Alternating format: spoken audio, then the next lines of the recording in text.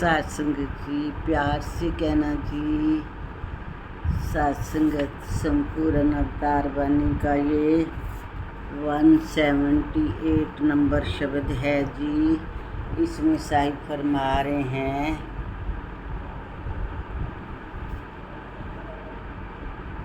जम्या जद से सुन तू प्राणी, कोई मजहब ईमान नहीं सी।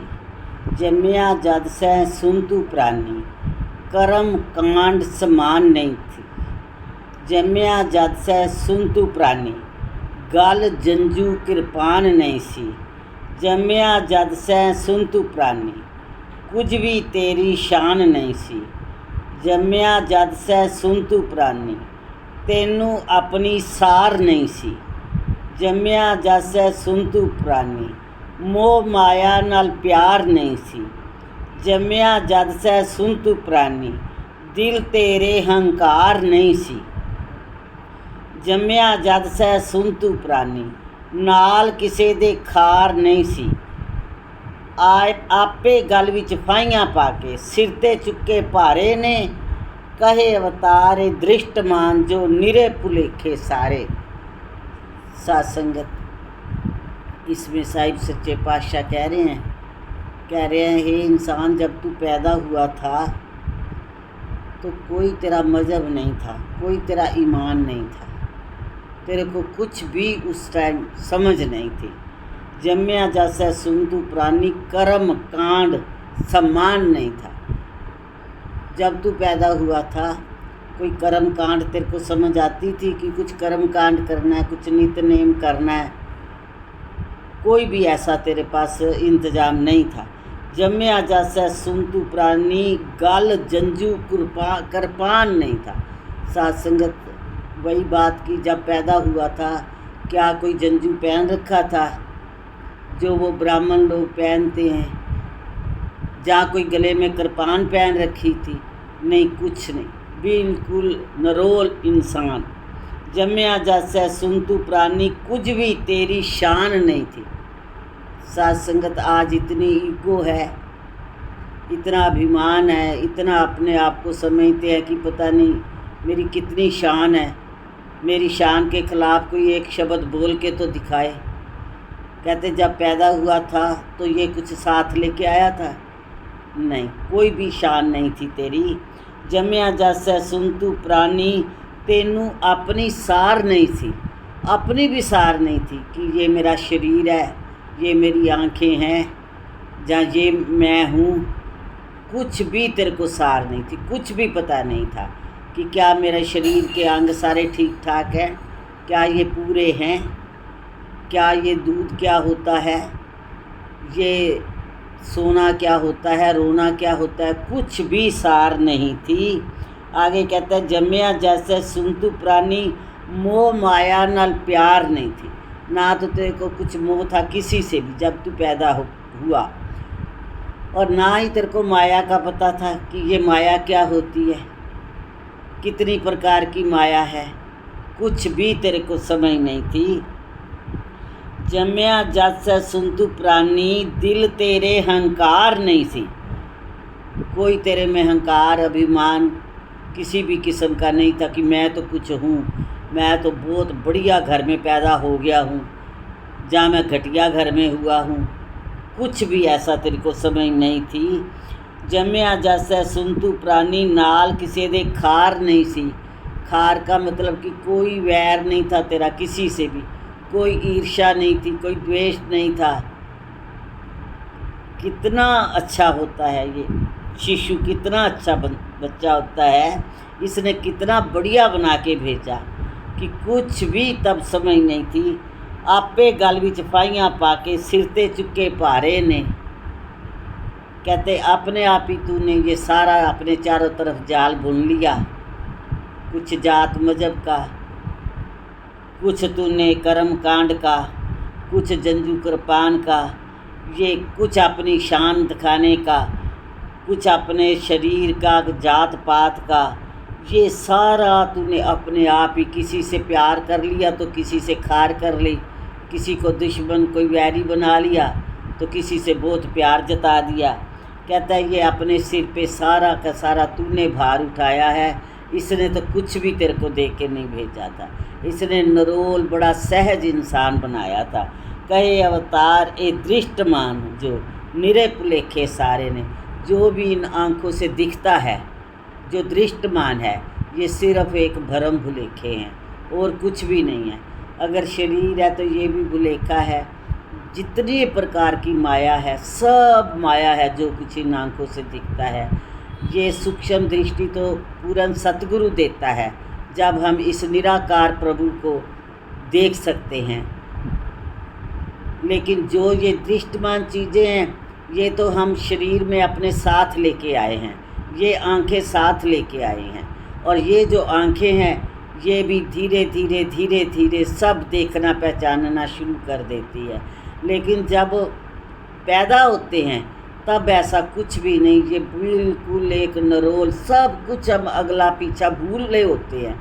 पता नहीं कई जन्मों से आए होते हैं, पता नहीं कोई कीड़े मकोड़े थे कि पशु परिंदे थे कि जानवर थे कि पक्षी थे, कौन थे, या इंसान थे, कोई पता नहीं होता। सब भूल भाल के बिल्कुल नए नरोल, बिल्कुल नए बना के ये धरती पे फिर हमें भेज देता है। हमें कुछ भी लेन देन, किसी से वैर, किसी से नफ़रत, किसी से प्यार, कुछ भी याद नहीं होता। और ये आकर हम जब यहाँ आते हैं दुनिया में, इस मृत्यु लोक में आते हैं, तो जो जो देखते हैं अपने गले में ये फाइयाँ जो है डालते जाते हैं, अपने आप ही हम फंसते जाते हैं। वो बंदर का एक एग्जाम्पल देते हैं कि एक घड़े में रख दिए चने। अब घड़े का जो सुराही का मुंह तो बड़ा छोटा था, अब बंदर ने जब मुट्ठी भरी, हाथ सीधा करके तो अंदर चला गया। जब चने की मुट्ठी भर ली, अब वो हाथ बाहर नहीं निकल रहा था, क्योंकि वो मुट्ठी भरी हुई थी उसकी। वो फंस गई उसके सुराही में, इतनी बुरी तरह फंस गई। अब कोई कहे कि इसको सुराही ने फंसा लिया है, इसको चनों ने फंसा लिया है, तो नहीं, ये बात तो गलत है। वो खुद ही फंसा है। अभी भी वो चने छोड़ दे, अभी भी वो लालच छोड़ दे, तो अभी भी वो बच सकता है। लेकिन इसी तरह इंसान छोड़ता नहीं है, और छूटे बिना गुजारा होना नहीं है। जब तक छूटेगा नहीं, तब तक उसका बचाव नहीं होगा। जैसा शिशु आया था वैसा ही ये मांगता है। तो साथ संगत, ये मुक्ति उसी को कहते हैं। जैसा तू आया था, बिल्कुल सच्चा सच्चा नरोल, बिल्कुल वैसा ही। ना तेरे को सोने चांदी का लालच, ना तेरे को कोई मोह माया, ना तू किसी भी झंझट में फंसा, ना कोई तेरा वैरी, ना कोई तेरा दुश्मन, ना कोई तेरा प्यारा। कहते हैं ना कोई तेरा दुश्मन, कहते दुश्मन ना हो, लेकिन सज्जन तो हो, दोस्त तो हो।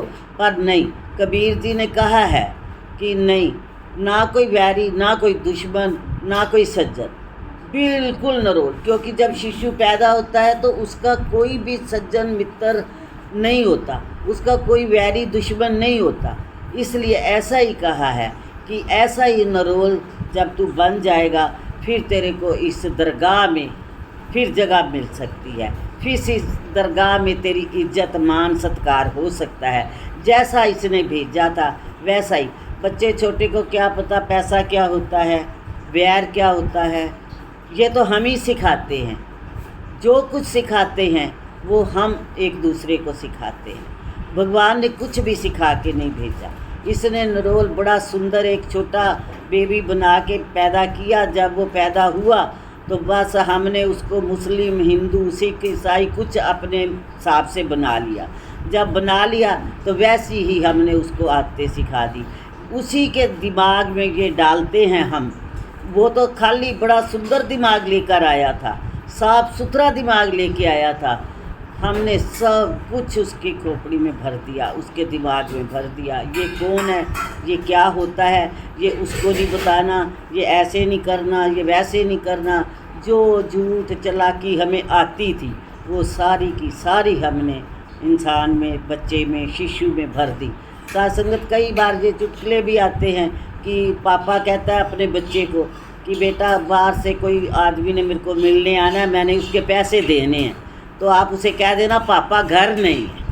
अब साथ संगत, वो तो बच्चा था, उसने जाके बोल दिया जब वो आदमी आया कि मेरे पापा कह रहे हैं कि मैं घर में नहीं। तो साध संगत कहने का भाव कि सिखाते तो सब कुछ हम ही हैं।